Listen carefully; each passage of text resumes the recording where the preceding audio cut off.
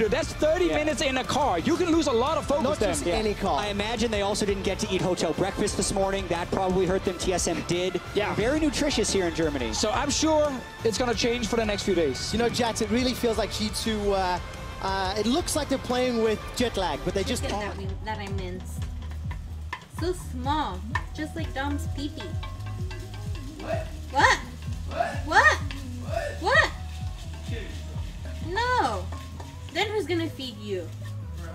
Brock's not gonna feed you.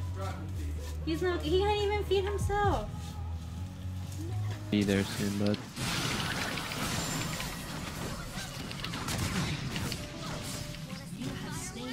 The fucking god over here.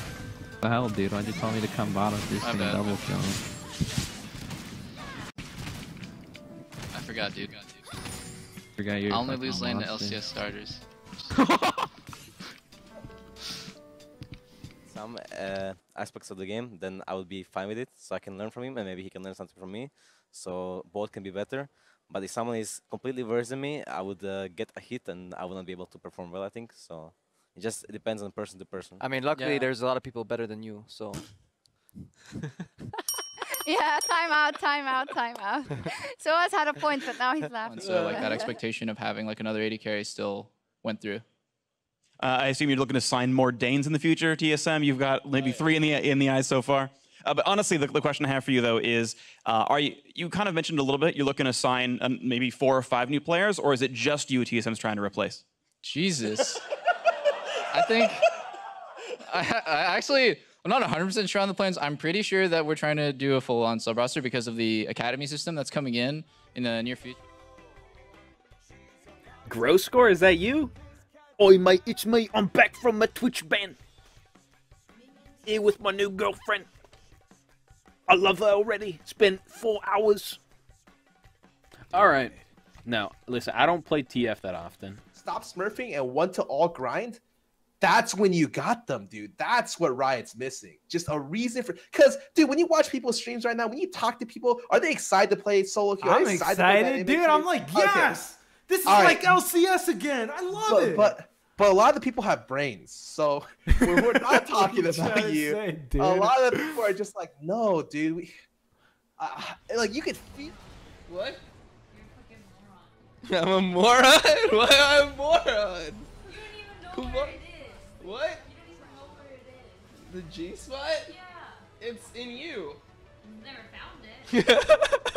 What are you talking about? You know what I'm talking about. Holy shit. Lying on stream. I know how you get down. Unlucky.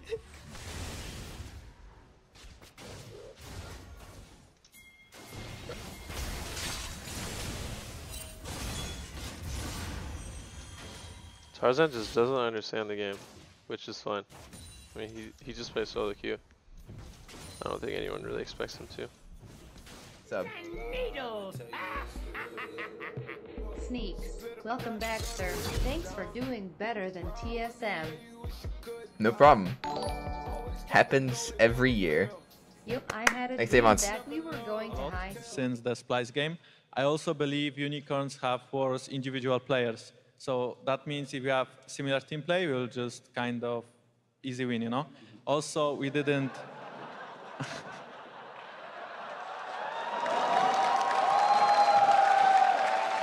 Go ahead.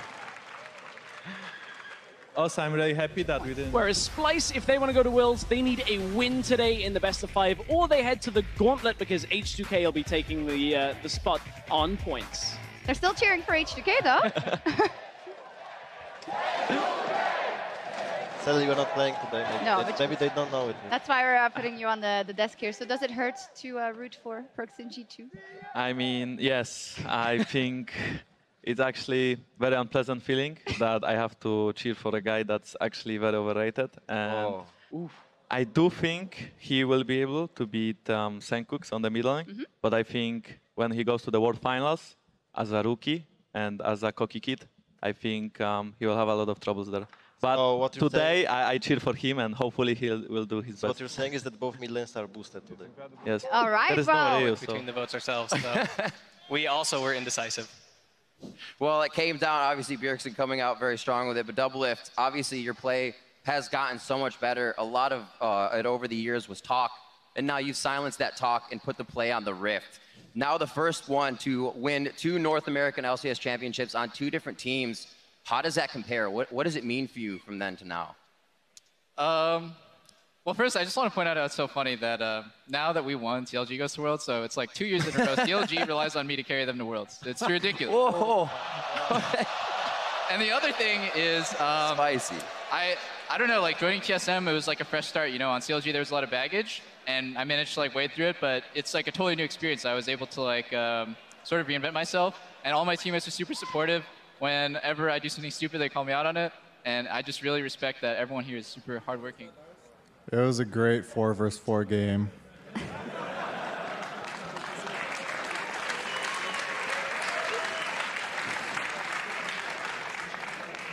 Can you tell me a little bit more? They ruined all my teammates' KDA, and my enemy laner had 3 kills on me. So they're a bunch of feeders, and they're really bad. But luckily, they didn't feed too hard, and we got some objectives.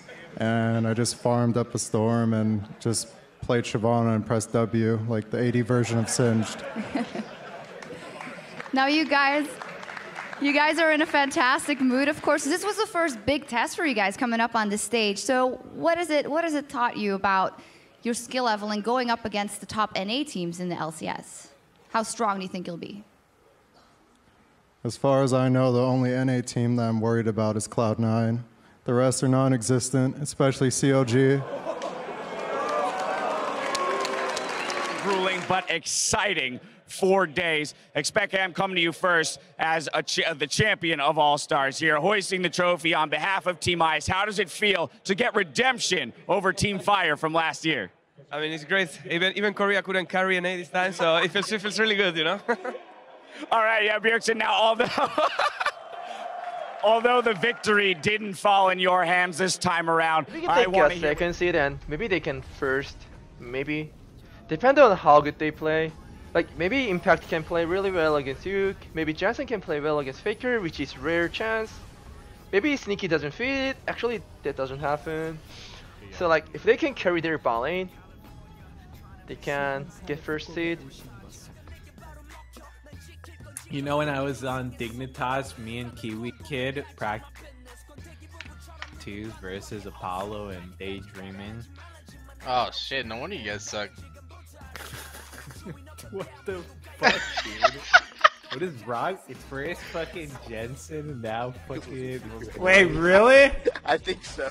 Dude, that place was so fucking good. How can you get... Dude, you're fucking white trash. Of course you like that. Dude, I'm not white trash. Come on. Yes, you are. Oh, my bad. You little Cuban. Yeah, fuck you, Most dude. important of all. Now, I've heard some rumors going around that the real reason that you are back in the North American LCS is to avoid running into Cutie Pie and solo queue. Can you provide me with whether or not there's any truth to that? Dude, I was ranked higher than Cutie Pie for like 5 months. And the one time that he's higher ranked than me, he like has to rub it in my face. But no, Cutie Pie is boosted garbage. So. There you go, ladies and gentlemen, the truth has come out. You heard it from the lips of the man himself. Yeah, I know Kitty doesn't watch the ELCS, but Darius, you watch the ELCS? Only when Fnatic and Origin plays. Damn. You don't watch any of the good teams? Oh, good team. All right, well, I hope I match. Well, I'm guessing Froggen has an advantage versus Afromoon just because Afro he plays support. I mean, I want Afro to win. I love you, Afro. But the guy's standing right there, double him. But Froggen's been playing 1v1 for 4 years, dude. Like, I think he has an advantage. I want to play versus Afro, but if I play versus Froggen, and Envy may be down, but Seraph is feeling confident about today's series. I mean, Dignitas and us has a same percentage of Korean. You know, like top jungle mid, all Korean, and bottom new is resident. But I'm 100% sure our bottom lane is gonna crushing them. I know their sucks, so I don't worry about that.